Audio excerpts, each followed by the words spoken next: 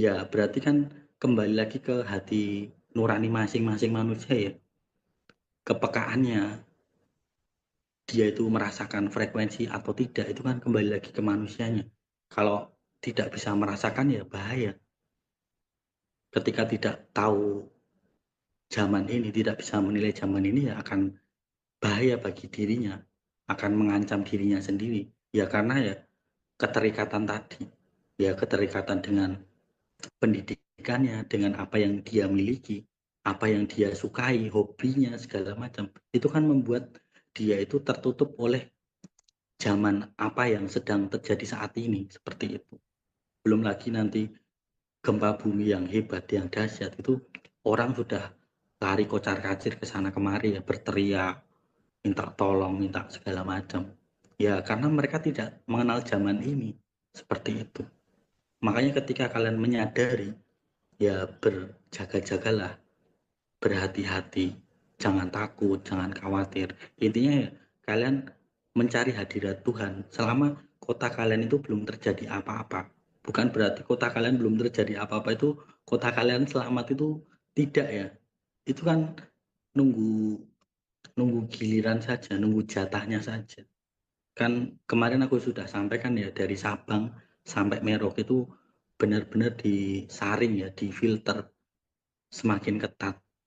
Jadi tersisa orang-orang yang beriman saja, orang-orang yang penuh kasih, orang-orang yang sudah bertobat itu akan tetap hidup. Kan diseleksi besar-besaran. Apalagi nanti masuk 2026, 2027 itu lebih lebih parah lagi. Jadi seleksinya semakin ketat seperti itu. Terus orang-orang yang apa namanya dipakai untuk pencucian uang, dipakai untuk hasil korupsi itu nanti akan pada ketangkap semuanya. Jadi barang-barang yang sudah dikorupsi, barang-barang yang sudah apa namanya pencucian uang itu nanti akan disita semuanya ke depannya seperti itu. Makanya kalau kalian itu punya kepekaan ya berdoalah bagi pemimpin kalian ya supaya pemimpin kalian itu tidak serakah. Pemimpin kalian itu harus berbagi kepada rakyatnya. Karena ketika pemimpin kalian tidak adil, tidak berbagi dengan rakyatnya, itu bencananya semakin hebat, lebih parah lagi, bahkan bisa saja ya ya porak-poranda, hancur total seperti itu. Kalau sampai pemimpin negaranya saja tidak memperhatikan rakyatnya ya, seperti itu akan berkali lipat lagi frekuensi itu akan dinaikkan. Bahkan tiba-tiba saja ya kota itu langsung ya luluh lantah tanpa ada kabar atau apa namanya desas-desus atau kisi-kisi dari BMKG atau cuaca. Nah itu langsung tiba-tiba saja terjadi.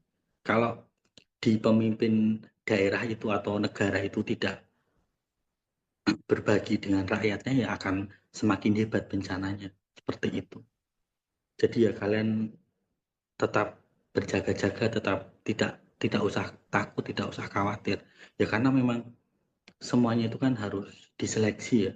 Siapa-siapanya kan ke depannya itu semakin terfilter, lolos dari banjir bandang, lolos dari gempa bumi, lolos dari tanah longsor, lolos dari likuifaksi, lolos dari tsunami. Itu kan semuanya diseleksi semuanya.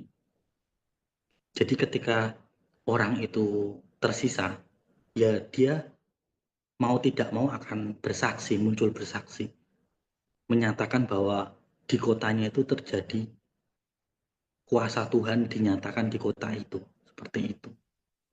Karena ya memang harus seperti itu, kembali lagi ke zaman yang seperti sedia kala. Tumbuh-tumbuhan, hewan, pohon-pohon yang hijau, pohon-pohon yang rindang, tidak ada perusakan alam, tidak ada penebangan pohon yang liar. Nah, seperti itu.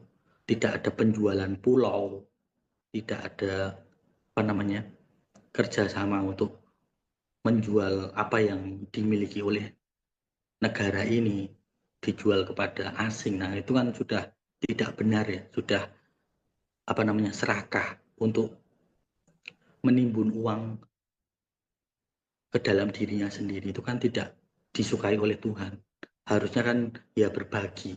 Kalau punya banyak sekali uang, ya berbagi kepada orang-orang yang miskin, misalnya orang-orang yang di pinggir jalan, orang-orang yang mengemis, terus pemulung, tukang-tukang sampah. Nah,